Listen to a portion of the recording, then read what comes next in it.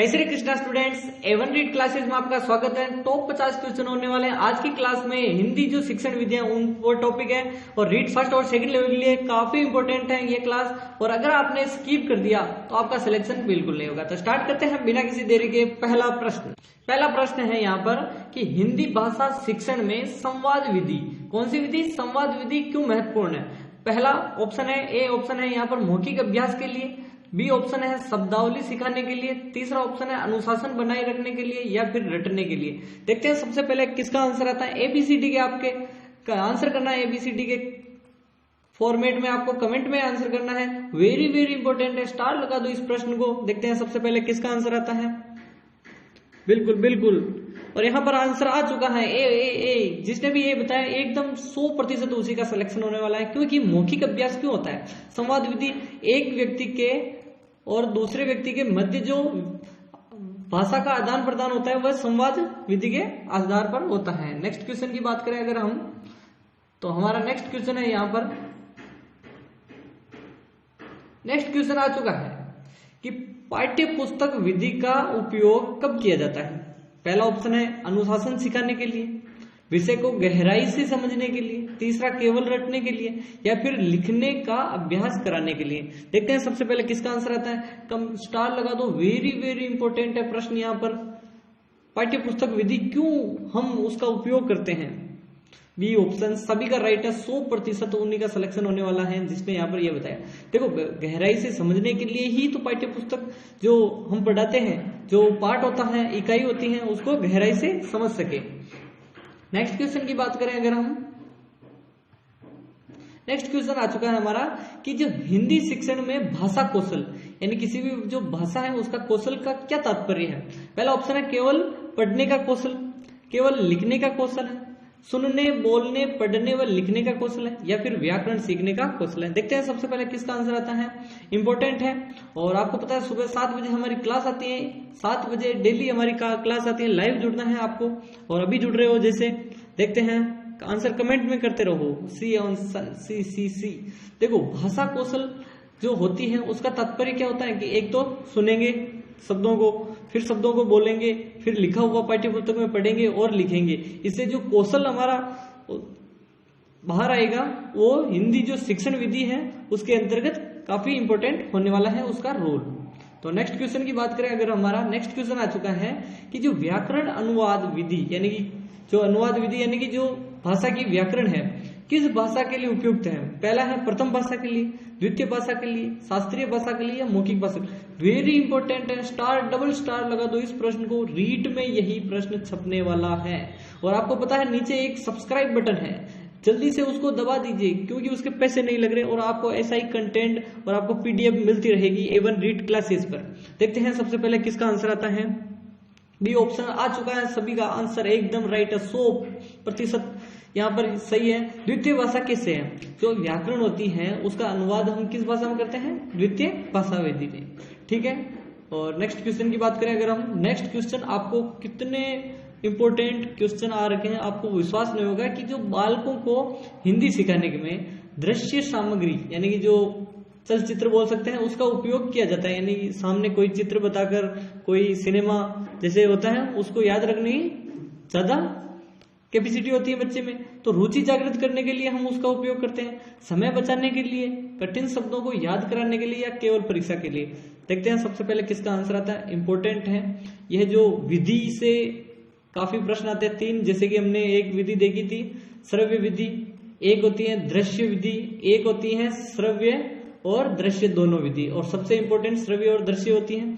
यहाँ पर दृश्य सामग्री की बात कर रहे हैं तो सिर्फ दृश्य सामग्री में क्या होता है कि जो बच्चा होता है बालक उसकी रुचि जागृत होती है, रुचि डेवलपमेंट होती है, उसे देखने के जो चलचित्र होते हैं वो देखकर समझता है, सीखता है। नेक्स्ट क्वेश्चन आ चुका है आपके स्क्रीन के सामने। बच्चों की जो शिक्षण विधियों में बालक केंद्रित, जो बाल केंद्रित दृष्टिकोण है उसका उद्देश्य क्या है। जो बाल दृष्टिकोण यानी कि जो हमारे शिक्षक पद्धति भी बाल केंद्रित है। ठीक है। विषय पर ध्यान केंद्रित करना, बालक की रुचि और आवश्यकता पर ध्यान देना, शिक्षक के काम को आसान बनाना या केवल पाठ्यक्रम को पूरा करना।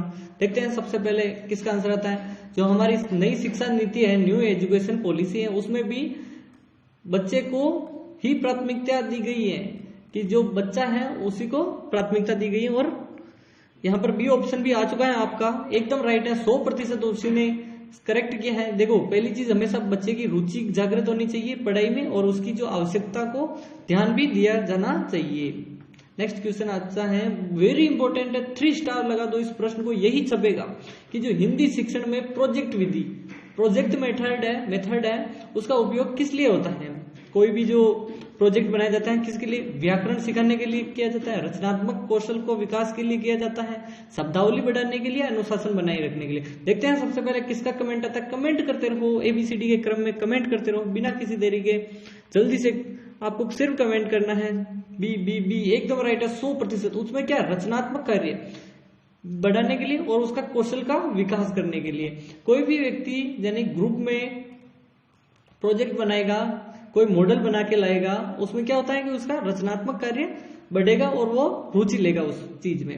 नेक्स्ट क्वेश्चन की बात करें, नेक्स्ट काफी इंपॉर्टेंट होने वाला है और यहाँ पर आंसर लीक हो चुका है। भाषा शिक्षण में त्रुटि विश्लेषण क्यों महत्वपूर्ण है।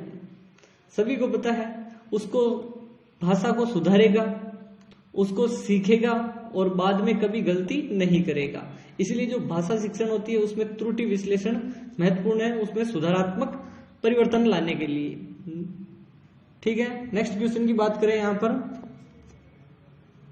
नेक्स्ट क्वेश्चन है अपना, जो अनुकरण विधि है किसके लिए उपयुक्त है। पहला ऑप्शन है नई भाषा सिखाने के लिए, मौलिक विचार देने के लिए, केवल लिखने के लिए, केवल रटने के लिए। देखते हैं सबसे पहले किसका आंसर आता है।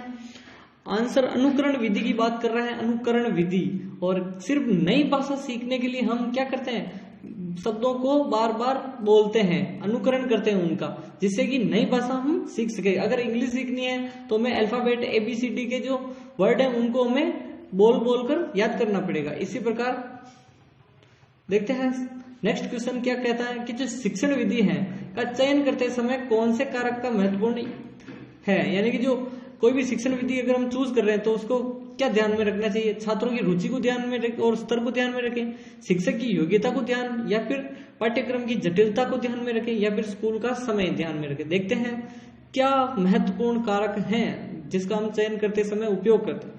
देखते हैं सबसे पहले करना चाहिए बेसिकली जो छात्र है उसकी रुचि इंपॉर्टेंट है। रुचि जहां पर आ जाए बच्चे की वहां पर ज्यादातर चांस क्वेश्चन राइट होने का। और स्तर वेरी इंपॉर्टेंट है। अगर मंद बुद्धि वाला बालक है तो उसके हिसाब से, और एक तेज बुद्धि वाला बालक है उनको जो औसतन है उसी अनुसार आपको पढ़ाना चाहिए, और मंद बुद्धि बालक पर थोड़ा ध्यान ज्यादा देना चाहिए। मजबूत को और मजबूत, और जो कमजोर है उसको भी मजबूत बनाना चाहिए। हिंदी शिक्षण में कहानियां विधि, यानी हम कोई भी हिंदी में कहानियां सुनाते हैं, उसका उद्देश्य क्या होता है, बच्चे को मनोरंजन करना होता है क्या भाषा और प्राकृतिक विकास करना होता है भाषा का, और रटने की आदत डालना होता है, या फिर व्याकरण सिखाना होता है। कहानी विधि की हम क्यों उपयोग लेते हैं, देखते हैं सबसे पहले किसका आंसर आता है, कहानी विधि। और बी ऑप्शन एकदम राइट है, 100% उसी का सिलेक्शन होने वाला है। भाषा प्राकृतिक विकास करना, यानी कि उसका जो भाषा है उसमें क्या है तो उसकी सोच को विकसित करती है और उसको याद रखने की जगह उसको व्यवहारिक में लाती है। वेरी इंपॉर्टेंट प्रश्न होने वाले हैं कि जो स्टार लगा दो इस प्रश्न को। हिंदी शिक्षण में पाठ्य चर्चा यानी कि जो ग्रुप डिस्कशन होता है क्यों महत्वपूर्ण होता है। अनुशासन बनाए रखने के लिए, पाठ को समझने के लिए, छात्रों को व्यस्त रखने के लिए, परीक्षा में अंक लाने के लिए। देखते हैं सबसे पहले, देखो ग्रुप डिस्कशन कब होता है। ग्रुप डिस्कशन कब होता है, जब कोई समस्या आती है उसका समाधान ढूंढने के लिए एक ग्रुप बना दिया जाता है और वो अपने अपने सभी छात्र अपने अपने विचार व्यक्त करते हैं। तो इससे क्या होगा, आपको भी पता है कि जो पाठ है उसको समझने में आसानी होगी और बालक उसे रटने की जगह पर अपने जो विचार हैं उनसे उन पाठ को समझेंगे। ठीक है, नेक्स्ट क्वेश्चन है। नेक्स्ट क्वेश्चन काफी इंपॉर्टेंट होने वाला है कि जो हिंदी भाषा सिखाने के लिए दृश्य विधि, अभी आपको 3 विधियां बताई थी जिसमें दृश्य विधि का उपयोग क्यों किया जाता है। ठीक है, पहला ऑप्शन है बच्चों को लिखने में मदद करने के लिए, कठिन अवधारणा को सरल बनाने के लिए, व्याकरण रटाने के लिए, छात्रों को अनुशासित करने के लिए। देखते हैं सबसे पहले किसका आंसर आता है। और आपको पता है सुबह 7 बजे हमारी लाइव क्लास आती है प्रीमियम, और आपको उसमें टेस्ट देना है डेली। और आपको पता है कि प्लेलिस्ट बनी हुई है हर टॉपिक की, टॉपिक वाइज, जैसे कि ये टॉपिक हमारा हिंदी वाला है तो मैंने नीति निर्देशक तत्व, डीपीएसपी, अनुच्छेद, राष्ट्रपति और संविधान और लोकगीत, कथा, सभी मतलब हर टॉपिक पर वीडियोस है। प्लेलिस्ट जाकर सेव कर लो, वीडियो जाकर देख लो, काफी इंपॉर्टेंट होने वाले हैं वो वीडियो। तो आपको पता है कि जो बी ऑप्शन बताने वाले सभी का सिलेक्शन 100% होने वाला है, क्योंकि उन्होंने सही बताया। कठिन अवधारणा होती है उसको सरल बना देता है दृश्य विधि माध्यम। देखने से व्यक्ति जो बालक है वो ज्यादा सीखता है बल्कि पढ़ने से। ठीक है, देखो टाइम लिमिटेड है हमारे पास, तो इसलिए जल्दी जल्दी आगे बढ़ रहा हूँ। जो मौखिक अभ्यास में कौन सी विधि सर्वोत्तम है, यानी कि एक बालक का हम मौखिक अभ्यास करवाते हैं उसमें कौन सी विधि, क्या व्याख्यान विधि इंपॉर्टेंट यानी कि सर्वोत्तम है, या फिर संवाद विधि, श्रवण विधि, कथा विधि। देखते हैं मौखिक अभ्यास के लिए कौन सी विधि आप आंसर करते हो। आंसर आपको क्या करना है, कमेंट में करना है। संवाद विधि, बी सभी का एकदम राइट है। संवाद विधि क्यों है, जो मौखिक अभ्यास होता है उसमें क्या होता है, एक बालक और टीचर के मध्य संवाद होता है आपसी, और उससे क्या होता है, उसका जो व्यक्तित्व यानी कि उसने जो पढ़ा है उसका मूल्यांकन हो सकेगा। ठीक है, नेक्स्ट बात करते हैं, व्याकरण विधि का प्रमुख उद्देश्य क्या है। व्याकरण विधि की बात कर रहा है, भाषा के नियम सिखाना, मौलिकता सिखाना, कहानी सुनाना, केवल रटाना। व्याकरण विधि अभी आपको बताया था थोड़ी देर पहले मैंने कि नई भाषा को सीखते हैं तो सबसे पहले व्याकरण ध्यान में रखते हैं और देखते हैं, थोड़ा बहुत इतना हिंट दे दिया आपको। जब भी हम कोई भी भाषा नियम सिखाना होता है तो इसके लिए हम क्या व्याकरण विधि का उपयोग करते हैं। ठीक है, नेक्स्ट बात करें, अगर इंपॉर्टेंट होने वाला नेक्स्ट क्वेश्चन, ये वेरी इंपॉर्टेंट है, इसको 3 स्टार नहीं 4 स्टार दे दो, 4 स्टार दे दो इसको। क्यों, क्योंकि शिक्षण में पाठ्यक्रम की योजना है बनाते समय ध्यान, यानी पाठ्यक्रम हमारा वेरी इंपॉर्टेंट है। सिलेबस है तो सिलेबस में दे भी रखा है, पाठ्यक्रम योजना है, उसके लिए क्या ध्यान में रखें, क्या छात्रों की उम्र और रुचि को ध्यान में रखें। उम्र को हिंट दे रहा हूं, शिक्षक की पसंद, पुस्तक की सामग्री, समय सारणी। देखते हैं सबसे पहले किसका पाठ्यक्रम की रचना कर रहे, योजना बना रहे हैं तो उस पर क्या ध्यान देना होगा आपको। ठीक है, ए ऑप्शन सभी का राइट है। देखो उम्र का और रुचि, जहां पर रुचि दिखे और थोड़ा सा पढ़ना है और आंसर कर ले जाना है। ठीक है, यही राज है जो कि आपको A1 रीड क्लासेज में ही देखने को मिलेगा। संवादात्मक शिक्षण किस पर बल देता है, जो संवादात्मक शिक्षण है जो विधि है उसका जो किस पर बल देता है, व्याख्यान पर बल देता है, बातचीत पर बल देता है, लिखित परीक्षा पर बल देता है, रटने पर बल देता है। देखते हैं सबसे पहले किसका आंसर आता है, जल्दी से आंसर करिए, आंसर में कोई देरी नहीं होनी चाहिए, जल्दी जल्दी से आंसर करते रहिए। संवादात्मक शिक्षण, बातचीत, संवाद सामने दिख ही रहा है, बातचीत जो बल पर देता है उस पर बल देती है।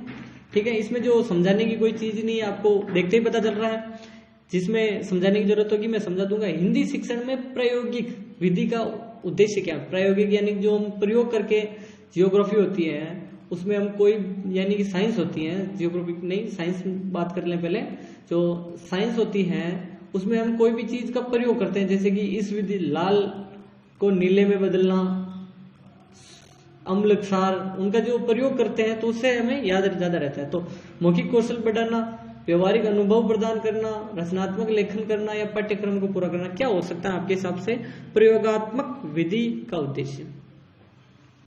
अभी आपको बताया था जिससे क्या होगा, व्यवहार अनुभव बढ़ेगा, यानी खुद करके सीखेगा कोई कार्य तो उसका जो व्यवहार और अनुभव दोनों में, क्योंकि हमें ज्ञान से बड़ा अनुभव होता है। ठीक है, कोई व्यक्ति अनुभवी हो सकता है ज्ञानी ना होकर भी। शिक्षण प्रक्रिया में छात्रों की सक्रिय भागीदारी के लिए आवश्यक है, यानी छात्रों की अगर हमें सक्रिय भागीदारी चाहिए तो उसके लिए क्या करना है, रोचक विधियों का प्रयोग करें, पाठ्यक्रम की कठिनाई बढ़ाना, अनुशासन कड़ा करना या केवल व्याख्यान करना। देखते हैं आपको कमेंट में कौन पहले करता है, देखते हैं सबसे पहले कौन। ए ऑप्शन सभी का आ रहा है, ए बिल्कुल राइट है। रोचकता अगर हम विधि में प्रयोग करेंगे, जैसे कि आजकल डिजिटल बोर्ड चल रहा है तो बच्चे क्या होंगे, उन्हें ध्यान से देखेंगे और अपना जो माइंड है यानी दिमाग उसी जगह पर रखेंगे और उसमें जो चित्रात्मक विधि, श्रव्य विधि, दृश्य विधि उनसे ज्यादा अट्रैक्ट होंगे और उसे प्रभावी बनाएंगे। ठीक है, नेक्स्ट क्वेश्चन आ चुका है हमारा कि जी हिंदी शिक्षण में वर्कशीट, जो वर्कशीट हमें यानी बच्चों को दी जाती है उसका उपयोग क्यों किया जाता है, यानी क्यों की जाती है? समय बचाने के लिए करते हैं या फिर परीक्षा तैयार के लिए, अभ्यास सुधार के लिए, पढ़ाने में आसानी के लिए, क्या करते हैं वर्कशीट का उपयोग? देखते हैं सबसे पहले। और आपको पता है कि जो अपना ये 44वां या नहीं 45वां वीडियो है, इससे पहले मोस्ट 44 वीडियो हो चुके हैं, उनको जाकर देखो क्योंकि उनमें ही आपको सही कंटेंट और बेस्ट क्वालिटीफुल कंटेंट मिलेगा। प्लेलिस्ट बनी हुई है, सेव कर लो और जैसे ही आपको टॉपिक चाहिए उस पर यहाँ पर टॉप 50 क्वेश्चन की सीरीज देख लीजिए। और सब्सक्राइब, नीचे रेड वाला सब्सक्राइब बटन है, लाइक करके सब्सक्राइब कर दीजिए। और बात करें इसका ऑप्शन सी, यानी कि उससे क्या होगा, उससे बालकों में अभ्यास और सुधार किया जाएगा। ठीक है, वर्कशीट यानी कि जो होमवर्क टाइप दिया जाता है। तो ऐसे वीडियो देखने के लिए वीडियो को कर दें लाइक और चैनल को कर दें सब्सक्राइब। मिलते हैं नेक्स्ट वीडियो में। जय श्री कृष्णा स्टूडेंट्स।